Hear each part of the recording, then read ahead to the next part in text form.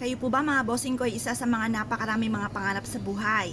Asya mga bossing ko, ako po may tuturo sa inyo para ang mga pangarap nyo pong yan ay hindi hanggang pangarap lamang.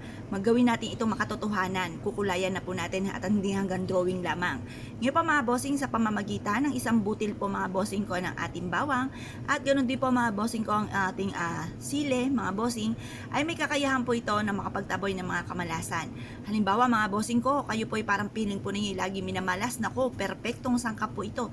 Upang sa ganoon instead na pakaramdam ninyo ay minamalas, nako kayo na may matutuwa sa iyak dahil nga po puro swerte naman ang darating po sa buhay ninyo matapos nyo po itong gawin mga bossing. Proven po ito na napakaswerte basta't may 100% kang paniniwala sa magatong mga pamamaraan. Ako po may re-recommenda sa inyo, mainam na subukan nyo po ito. Kumuha lang po kayo mga bossing ko ng bawang at ganoon din po mga bossing ko ang ating sili. Ngayon po mga bossing, humarap kayo sa may silangan. Gawin nyo po ito ng 6:30 or kaya po alas 7. Mag-wish po kayo na mula sa inyo pong puso. Sabihin nyo sa pamamagitan ng aking pampaswerteng ginagawang ito sa sipag at tiyaga, double time sa pagkayod, at sa mahigpit na pagkapit sa mahal na Panginoon ay matutupad lahat ng mga pangarap ko sa aking pong buhay. Magkakaroon ako ng sarili kong bahay na malaki. Magkakaroon ako ng magagarang sasakyan at magkakaroon ako ng negosyo na dito na ako yayaman. Magkakaroon ako ng lahat ng aking mga pinapangarap sa buhay. I-wish nyo na po lahat ng nais po ninyo na walang gamit na sana, direct to the point. At pagtapos nyo po mag-wish mga bossing ko, kayo po mga bossing ko ay ibilad nyo po ito sa sinag ng araw hanggang alas 8 lang ng umaga. Huwag kayong mag-alala, hindi po ito kaagad matutuyo dahil ang alas 8 ng umaga, yan hindi naman po masyado masanting ang sinag ng araw po niyan.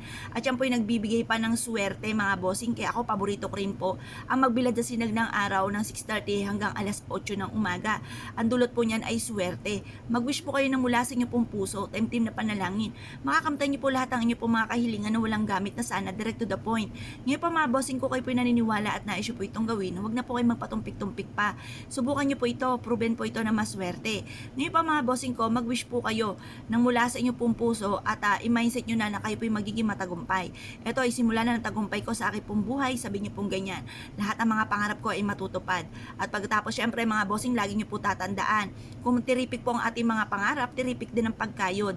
Kasi kung kayo po konting kembot lamang ay pagod na at napakaraming pangarap, ay huwag mo nang umasa mga bossing ko. Kasi depende po yan sa ating kasipagan. Ako ay naniniwala sa mga tao masisipag, madiskarte, walang imposible. Pero kung kayo po ay konting kembot lamang ay pagod na at kayo po ay isa sa mga negatibong tao, nako mga bossing, sinisigurado ko po sa inyo, parang suntok sa buwan para lang po makamit ang mga pangarap. Talagang yan po ay pinaghihirapan talaga, nagsasakripisyo po talaga mga bossing kung kayo po ay maraming mga pangarap sa buhay.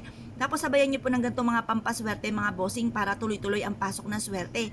Kasi may mga pagkakataon na parang sinuswerte ka pero patikim lamang. Parang ito po ay parang sinasabi ka lamang tapos ang ending malas pumuli. Ito po ay mainam na subukan niyo pong gawin upang sa ganon ang swerte ay magtuloy-tuloy at kapitan po kayo. Ngayon pa mga bossing ko, kayo pinaniniwala at nais po itong gawin. Asya mga bossing ko, good luck po sa inyo po lahat.